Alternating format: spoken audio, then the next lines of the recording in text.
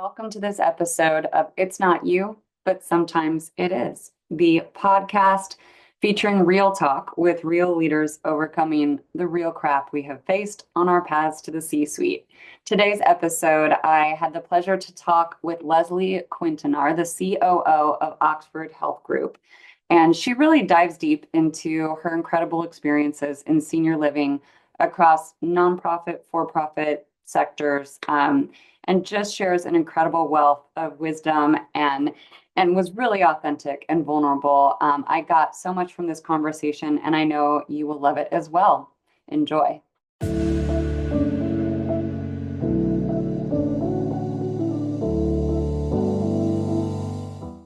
All right. Well, welcome to this episode, and Leslie Quintanar, yes? Quintanar. Leslie Quintanar, thank you so much for being with us on It's Not You, but Sometimes It Is. It's a complete pleasure to have you here. And I'm really looking forward to having you share your wisdom with us of your career track that led you to where you're at today, this really cool role. But I'll let you introduce yourself and share a little bit more about how you got into this kind of C-suite role, and the interesting journey there. Give us a little bit about that background.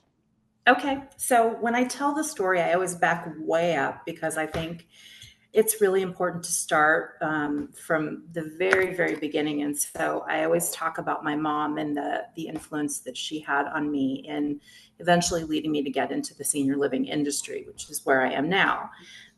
When I was very small, 3, 4, somewhere around there, my mom went through nursing school in rural Pennsylvania and worked at a state hospital, which was, typically for, it was, the old mental institution in the day.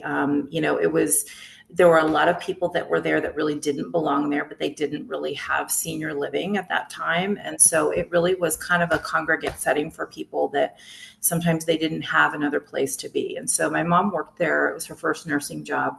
And she used to bring me to work with her sometimes. And I still remember there was this one resident, her name was Helen, and she'd bring me bubble gum that they bought at the canteen. And so from an early age, as long as I can remember, I always loved being around older adults. When I was in, high school, I worked at a skilled nursing and did, like a dietary aid where I pushed the snack cart around and talked to everybody. And, I was always one of the last people to get done because I always talked to all the residents. It was so fascinating hearing their stories. And so never really gave it a lot of thought. And then right after we were married, we were living in Pennsylvania. I had been working for some friends in their business, and their business, they couldn't afford to pay me anymore. They were, their business was kind of struggling. And so I still didn't really know what I wanted to do when I grew up. And I saw this ad for a nursing home right next to where we were living, the townhouses where we were living, and I applied and for activities. I thought, this is the perfect role for me. I can, spend time with older adults all day. I can make them happy, smile. Well, they didn't hire me. And I remember thinking, why didn't they hire me? Didn't they know I was perfect for this job? And so that same nursing home, that same skilled nursing, had an ad very shortly after for skilled nursing assistants. And I remember very clearly thinking, well, maybe if I want to meet the needs of older adults, I need to learn to meet them at that most foundational level first. It wasn't this, well thought out strategy or anything like that. I just remember having that thought, okay, maybe that's what I need to do first. Mm-hmm. So I did that. To this day, it's the hardest job I've ever had. Really hard. I mean, I'd have to come in at, 6 a.m. and have 10 people up and ready for breakfast in, an hour.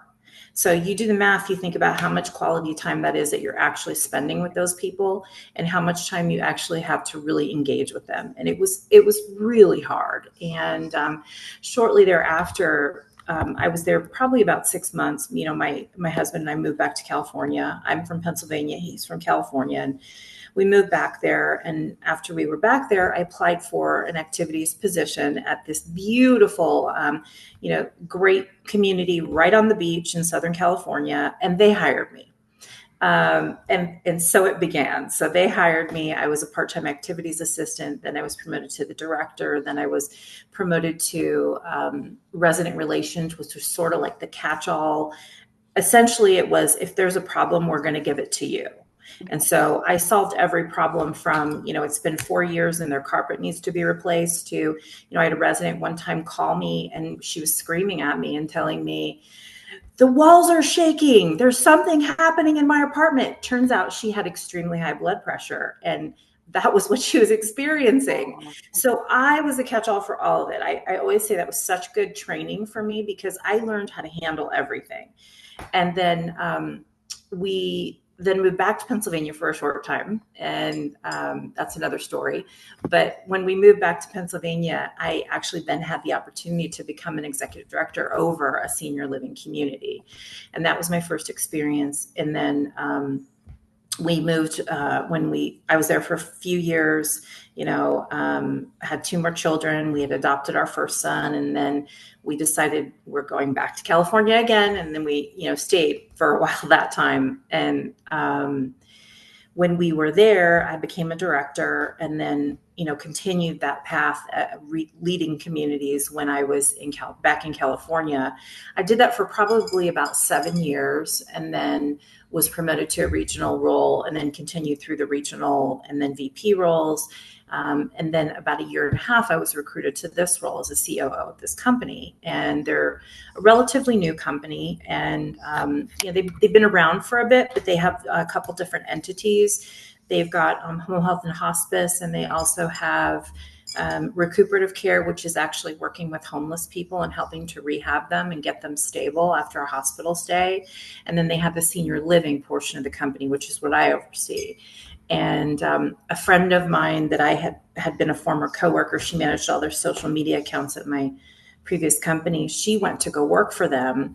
And she said, they're looking for a COO. I told them you'd be perfect. And I said, I don't know, I mean, yeah, maybe I wasn't sure. And she kept kind of picking at me about it and prodding me. And so finally I said, okay, all right.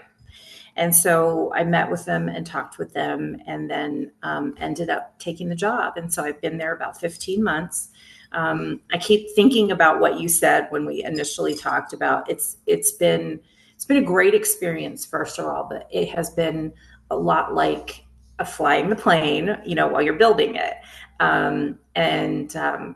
Because they're newer, there's new communities coming on, and we're in a little bit of a different niche than some of the other senior living communities in that we serve a very underserved population. We work with residents that, typically would not be able to afford a senior living on their own, but through a Medicaid, Medi-Cal style program, they're able to qualify for benefits so they can afford assisted living. And that was a huge draw for me because senior living, although I loved it and I've always loved it, one of the challenges is that not everybody can afford it.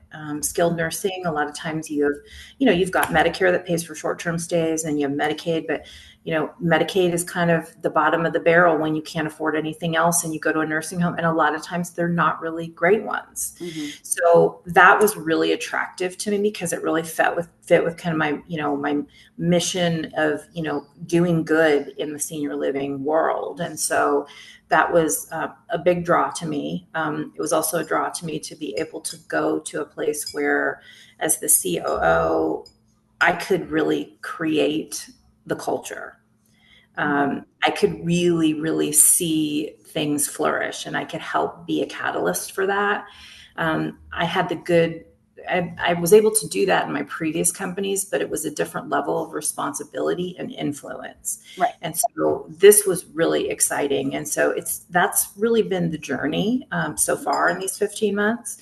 But I always credit it way back to, when I was 3, 4, 5, when my mom took me to work with her and I got to first experience interacting with seniors at that point, because so many people they're really afraid of seniors. They don't know what to say to them. They don't know how to talk to them. And, heaven forbid there's any kind of memory impairment. They really don't know what to do. And so I feel at home with those people. And so I've been very blessed that I've been able to be in a career for over 26 years where that's what I get to do. Yeah. And I love it.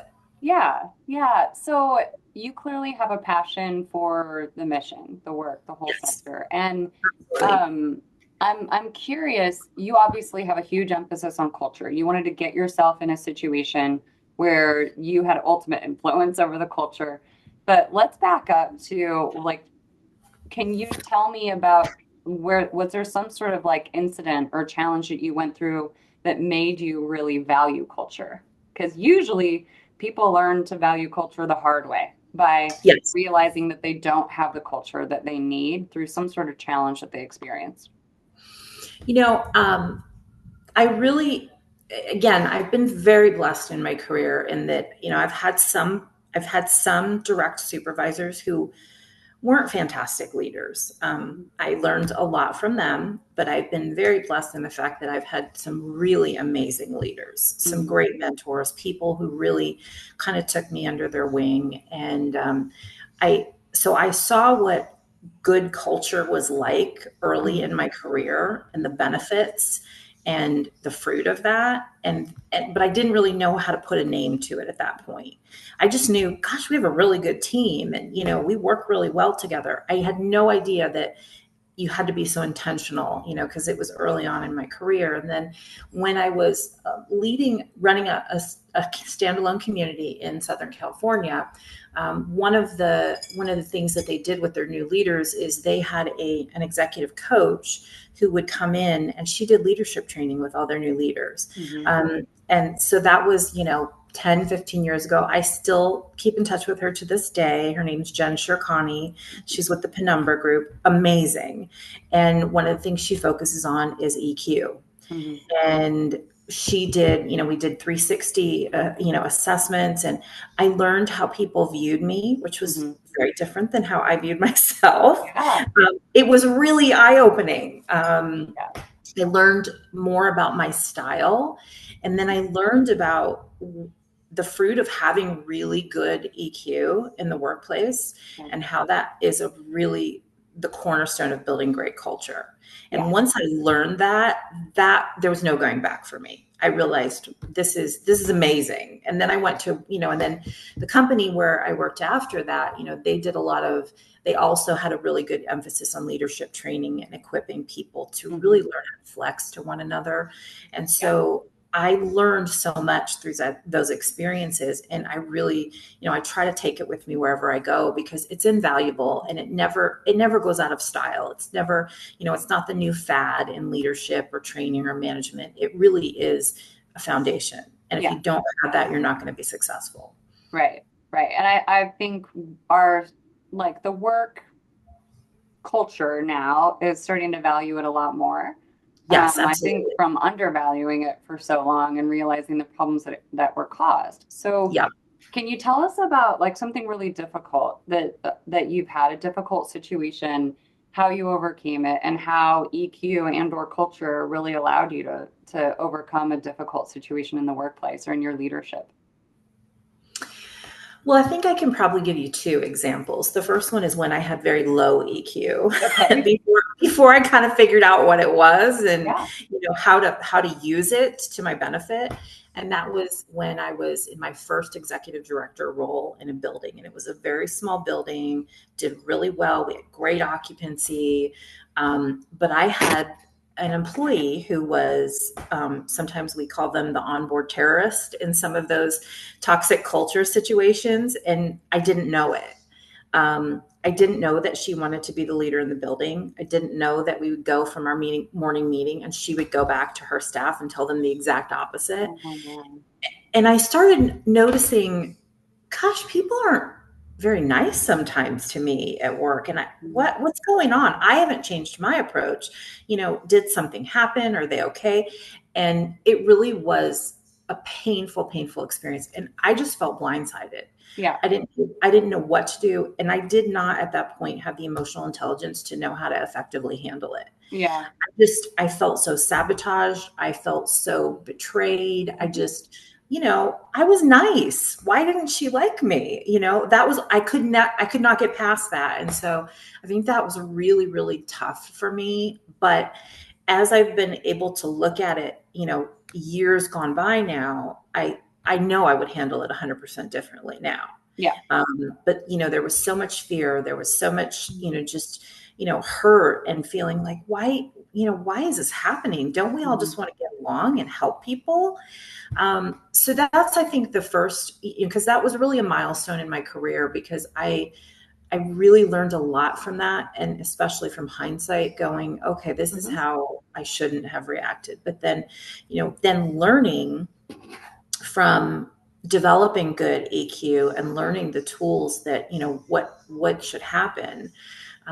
Years later, when I was running a community, we had an instance where, and in senior living, we do medication management. So we have, we're not required to have licensed nurses. Best practices we typically do. And so one of our medication technicians, there was a med error that was made. And the resident started having a seizure in the middle of the dining room. His wife, who didn't live in the community, was there next to him. And, I didn't make the error, but I was the director of the building. So ultimately it fell on me. And so I called the family. I drove the wife to the hospital, stayed with her till the rest of the family got there, cried with them. He ended up being okay. They did not end up suing us, and they did not end up taking any legal action.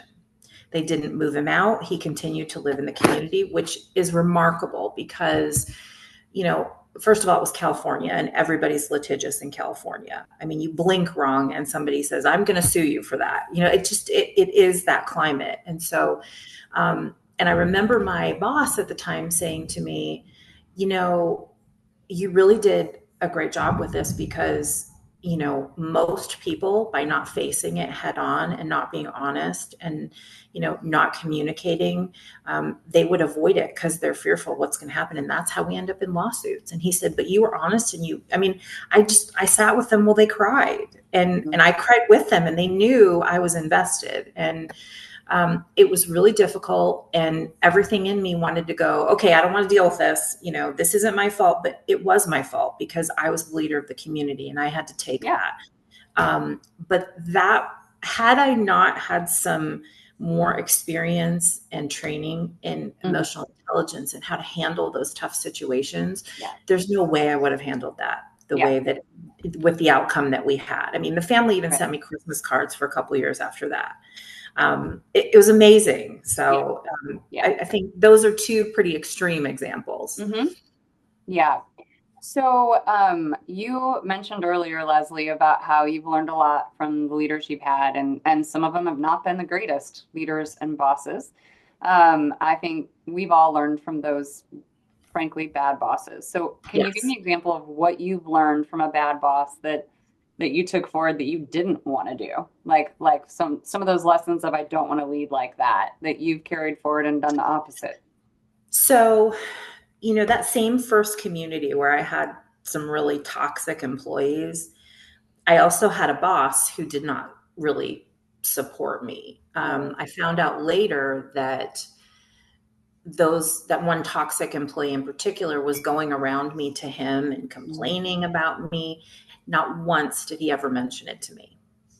Not once did he bring it to my attention. And it wasn't true. It was, and he probably knew it wasn't true. And so maybe he was just kind of putting it off to the side, but it was devastating to me because I didn't know.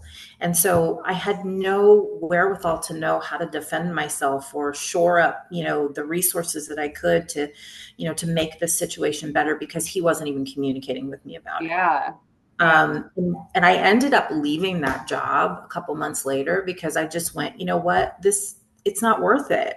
It was so tough. And there was, there was such pushback from the people in the community and such a lack of support from the people above me, I just said, you know what, that's it. Yeah. I'm done. And it was interesting because when I was interviewing for jobs after that, they asked me if they could contact my previous employer and, my boss. And I was really worried about it because did not have my back. Yeah. And I said, I'm just going to be honest with you. I didn't have a great relationship with this guy.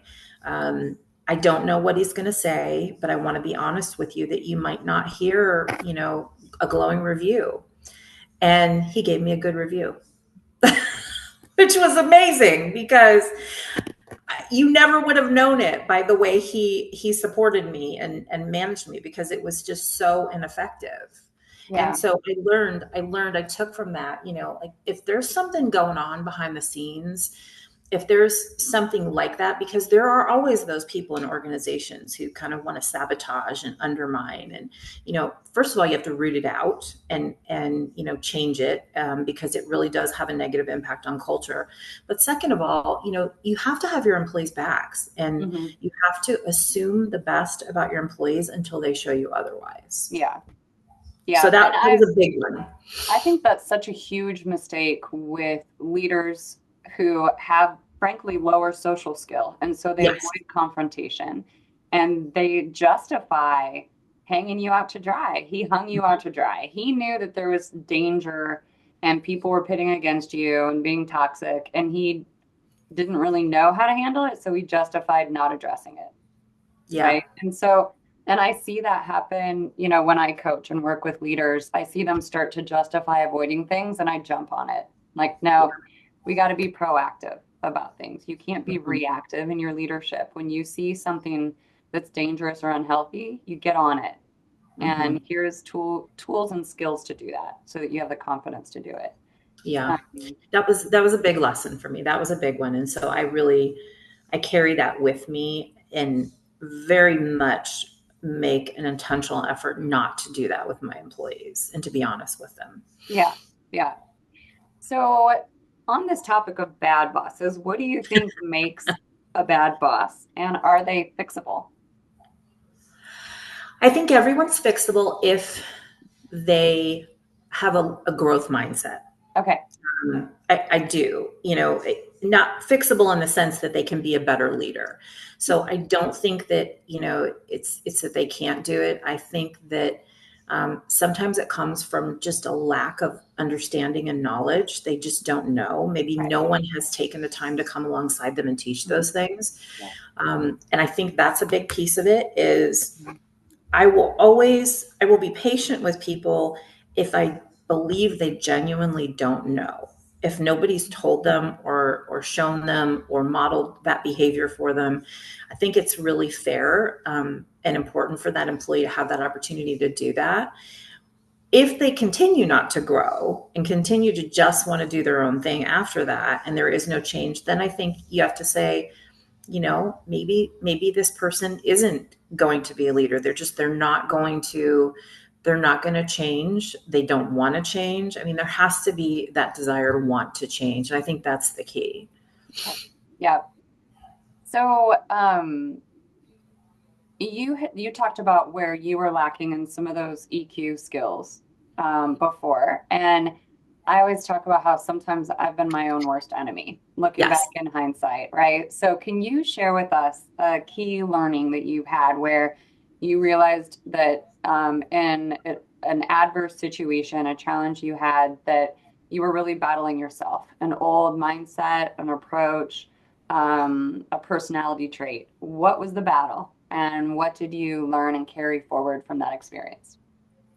So the battle, I think for me, the biggest one was, again, when I went through that one situation very early in my career, is number one, I was very driven by fear because I just didn't know how to get around it.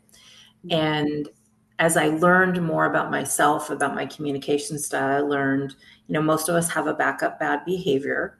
My backup bad behavior when I'm stressed is like, I just want you to leave me alone. Okay.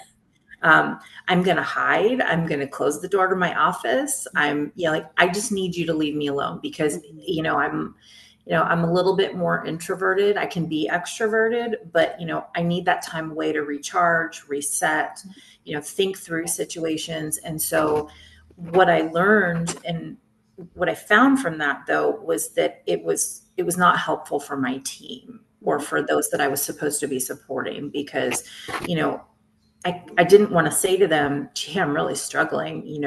That's why I'm in the office with my door closed because I just, I can't cope at the moment. I got to figure out how to handle this. They didn't know that. They just saw, gee, the door is closed. She's not accessible. Mm-hmm. And so that was a big one for me. And that is still, again, it's part of what my communication style is. So, when I have hard things hit me, I that's my tendency is like, that's what I want to do. Yeah. No, that's not what I can do. Right. And I think that's the big difference of learning that over the years is, you have to do the hard things. And, I've had to do a lot of hard things in my career. We work with residents that,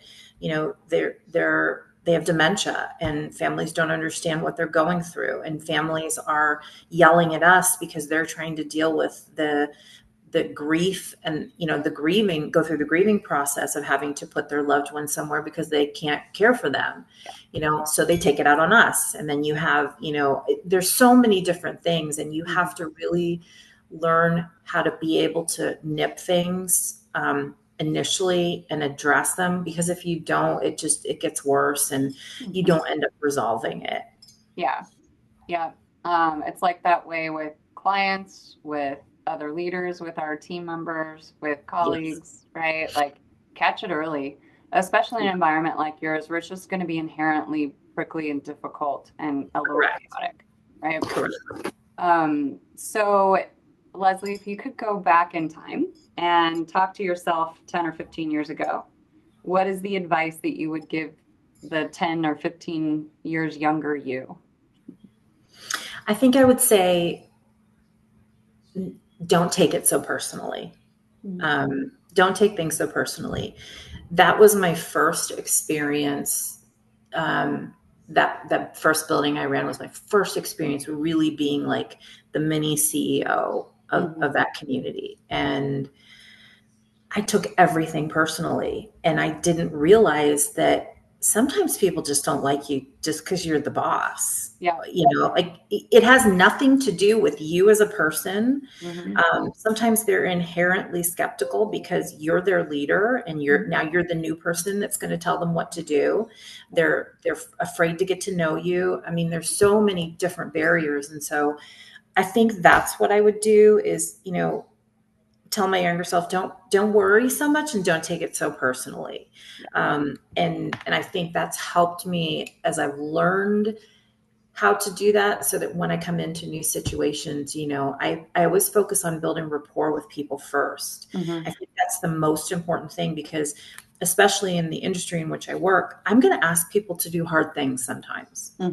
If they don't trust me and they don't know that I have their best interests at heart, they're not really going to want to do that. And so it's imperative for me to build that bond with them. And so that's always one of the things I seek to do. Yeah. And sometimes all the rapport building in the world is not going to break through for some people because they're bringing all this baggage with them that have nothing to do with you. All the bad experiences they've had or the weird beliefs they have about anyone in a role of authority. And I had to learn the hard way that sometimes it's not important to be liked, but it is important to be trusted. And some people are just not going to like you. And so it's trust building rather than trying to make someone like you, right? And I mean, I'd love it if everybody liked me, but I get it now. And I'm, if I hear that somebody says something, I go, okay, that's all right. They're entitled to that opinion. And I'm okay with it. But it took me a while to get there. Yeah, it does, right? Yes. Well, Leslie, it has been an absolute joy talking with you. Is there any last parting advice or stories you think would be fun for our listeners? I think, one of the things that you had, you sent me a couple of bullet points to think about and questions. And, one of the things that you said was, culture, they say that culture eats strategy for breakfast. And I really was thinking about that. And I think what keeps coming back to me is that I really think that building culture is strategy.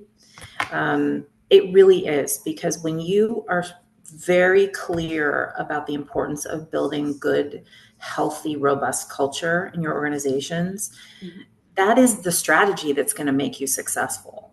And, and I can look back on my career and see, very particularly in those companies where I worked, and, I worked in nonprofit, I worked in for-profit, I worked for publicly traded companies, and in each one of them, what the difference maker was the culture. And, they very strategically planned how they were going to keep that culture going, how they were going to nurture it and grow it. And so I think those two really go hand in hand.